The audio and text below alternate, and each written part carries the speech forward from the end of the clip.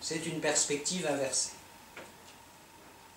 Et ceci s'exprime bien sûr dans l'iconographie. Alors je vois que l'heure tourne, il faut peut-être que j'avance. En disant que par rapport à l'icône,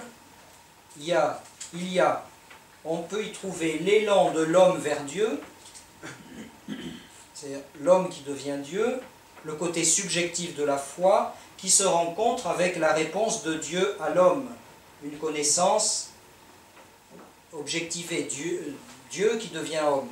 Et dans l'icône, on trouve ce croisement, cette rencontre entre ces deux éléments. La rencontre de Dieu avec l'homme, de la grâce avec la nature, de l'éternité avec le temps.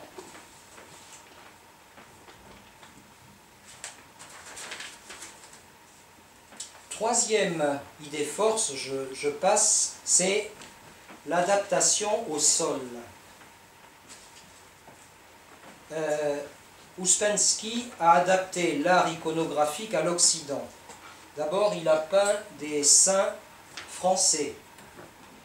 Souvent, on trouve que la légende qu'il indique n'est pas en slavon, elle est écrite en français.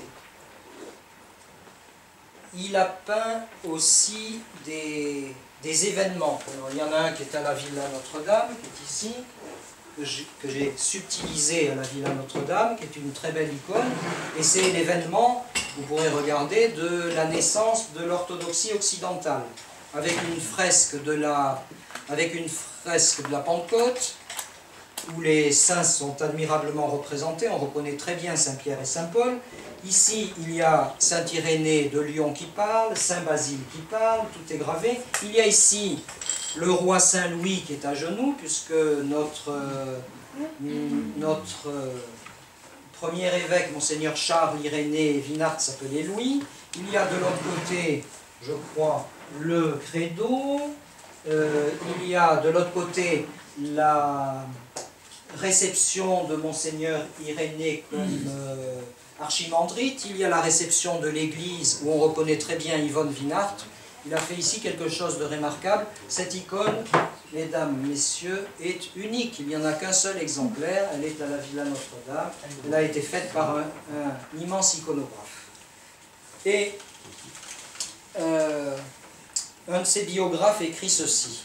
Les deux iconographes, le père Krug et Léonide, ont été envoyés par la Providence et convertis sur le sol français.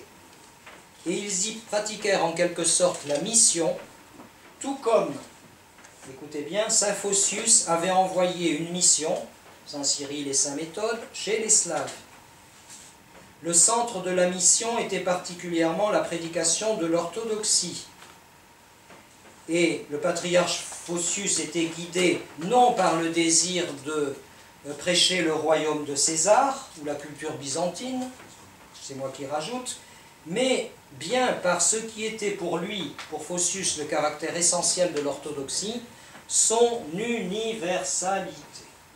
Et là on peut dire que, de la même façon que l'évêque Jean l'a fait, dans le domaine complet de l'Église, parce que Monseigneur Jean était complet, le père Krug et Léonide Ouspensky l'ont fait pour l'Occident, et je pense qu'on peut trouver, c'est une hypothèse, mais d'autres plus spécialistes que moi le diraient, on peut trouver une influence romane dans leur peinture. En tout cas, ils ont un style tout à fait particulier, adapté au sol français. Ça, c'était la troisième pensée force. Je vous avais promis, et je terminerai là-dessus, une troisième coïncidence, tout à fait étonnante. C'est celle que j'ai appelée la coïncidence des deux Ouspensky. Ah, pourquoi? Je vous lis ce que l'évêque Jean écrit dans sa vie.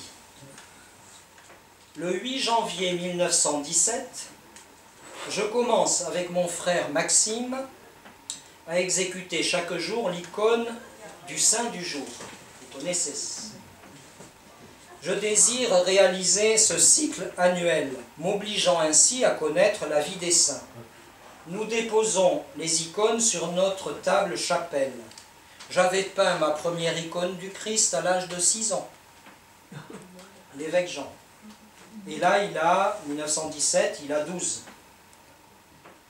Le mardi de cette semaine, de janvier 1917, jour de réception de notre mère, alors vous savez que ses parents recevaient des universitaires, des savants, des hommes d'église, se trouve justement en visite chez nous un célèbre archéologue et connaisseur en iconographie, Théodore Ivanovitch Ouspensky.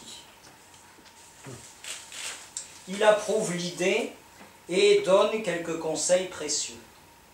Les 365 icônes sont peintes jour après jour. Alors vous voyez, c'est intéressant qu'au début de la vie, à l'âge de 12 ans, il y a un Ouspensky qui vient, je pense qu'il n'est pas forcément de la même famille, parce qu'il n'est pas né au même endroit, mais ce Théodore Ouspensky, né en 1845 et mort en 1928, est le directeur et le fondateur du prestigieux institut archéologue russe de Constantinople. Il a passé 10 ans à Constantinople. Et il a fait des fouilles archéologiques et il a été le rénovateur peut-être des études byzantines en Russie. Et la guerre de 14 l'oblige à revenir en Russie, à Saint-Pétersbourg. Et donc, en 1917, il rencontre l'évêque Jean et lui donne quelques conseils d'iconographie. Et quelques années plus tard, c'est encore un autre Ouspensky qui rencontrera l'évêque Jean. Ouspensky, c'est sœur Yelena qui me disait ça, mais je parle aussi sous le contrôle de Yegor, ça veut dire celui qui se relève, c'est le même mot, on l'utilise, l'assomption. Ouspienne, on dit en russe pour l'assomption. Ouspensky, c'est celui qui se relève du sommeil, qui va vers la gloire. Ça reflète tout à fait la vie, l'œuvre, le travail de Ouspensky. Et je vous livre, en terminant une de ses citations, « Le monde que nous voyons dans l'icône ne ressemble pas à la banalité quotidienne, la lumière divine y pénètre tout. »